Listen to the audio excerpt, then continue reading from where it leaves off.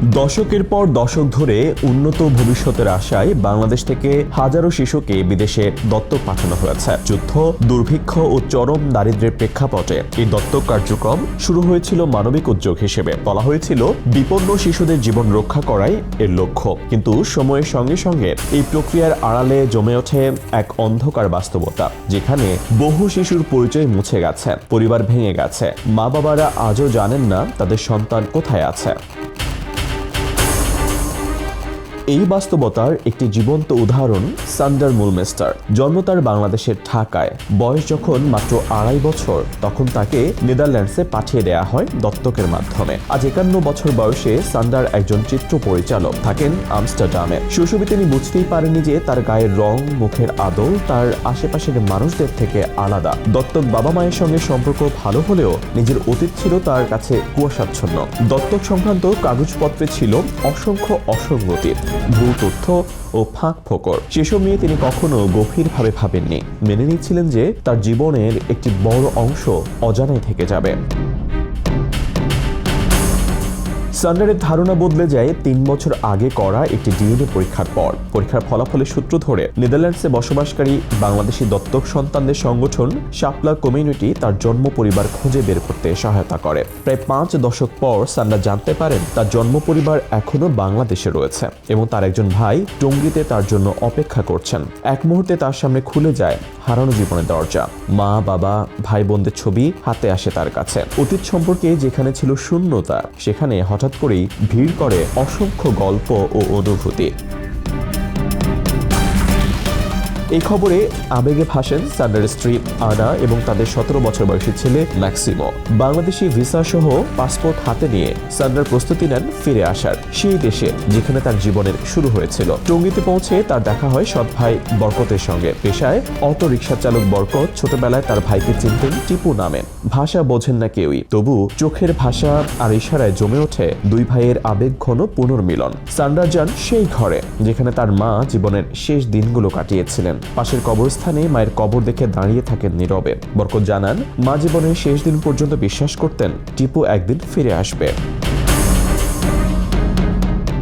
এই ফিরে পাওয়া গল্পের পাশে রয়েছে আরেকটি না পাওয়ার দীর্ঘ যন্ত্রণা। সুমা ডে হেয়ার। তিনি 1977 সালে বাংলাদেশ থেকে নেদারল্যান্ডসে দত্তক নেওয়া হন। তিনি শাপলা কমিউনিটির একজন সক্রিয় সদস্য।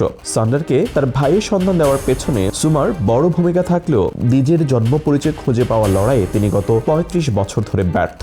5 বার বাংলাদেশে এসেছেন, নথিতে লেখা ঠিকানা ধরে ঘুরেছেন এক জেলা থেকে আরেক জেলায়, কিন্তু প্রতিবারই দেখা দিয়েছে নতুন প্রশ্ন, নতুন বিভ্রান্তি। পাসপোর্টে লেখা বয়সের সঙ্গে ছবির মিল নেই, কাগজে থাকা তথ্যের সঙ্গে বাস্তবতার মিল পাওয়া যায় না। একাধিক পরিবারকে নিজের বলে মনে হলেও ডিএনএ পরীক্ষায় শেষ পর্যন্ত জানা গেছে তারা কেউই তার জন্ম পরিবার নয়। অন্যের পাওয়া দেখে নিজের না পাওয়ার বেদনা তার কাছে আরো তীব্র হয়ে ওঠে।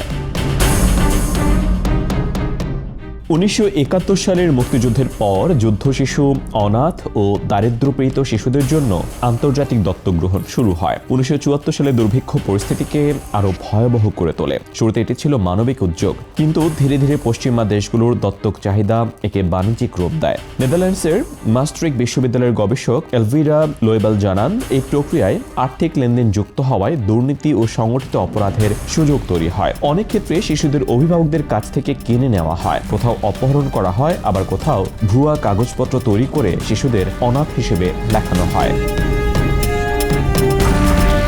টঙ্গীর অনেক মা আজও সেই প্রতারণার শিকার। পারুল বেগম জানান, তিনি জানতেনই না তার সন্তানকে বিদেশে পাঠানো হয়েছে। তাকে বলা হয়েছিল শিশুটি ধানমন্ডির একটি বেবি হোমে থাকবে, পড়াশোনা করবে, বড় হয়ে মায়ের কোলে ফিরবে। জামিলা খাতুন ও আব্দুল কুদ্দুসের গল্পও একই রকম। কেউ জানেন না তাদের সন্তান ভালো আছে নাকি বেঁচে আছে। এ না জানার যন্ত্রণা তাদের জীবনের সবচেয়ে বড় ক্ষত হয়ে আছে।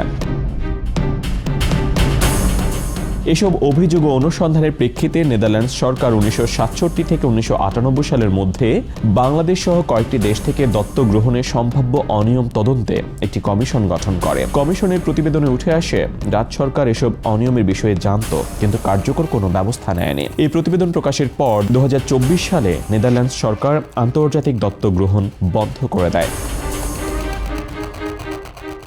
বাংলাদেশ সফরের শেষে সান্ডার আবারও ফিরেছেন নেদারল্যান্ডসে আরেকটি ঘরে, কিন্তু তার ভেতরে এখন দুটো জীবনের স্মৃতি। তিনি ভাবেন যদি বাংলাদেশে বড় হতেন তাহলে জীবনটা কেমন হতো। সেই প্রশ্নের উত্তর হয়তো কোনোদিন জানা যাবে না। অন্যদিকে সুমা এখনো খুঁজে চলেছেন তার জন্ম পরিচয়। তার প্রশ্ন আরো কঠিন। তিনি দত্তক হতে চাননি, এটা তার সিদ্ধান্ত ছিল না। তাহলে কেন তাকে আজও কৃতজ্ঞ হতে বলা হয়?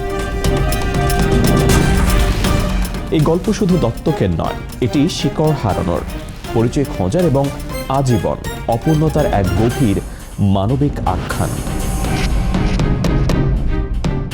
News desk, Dhaka express.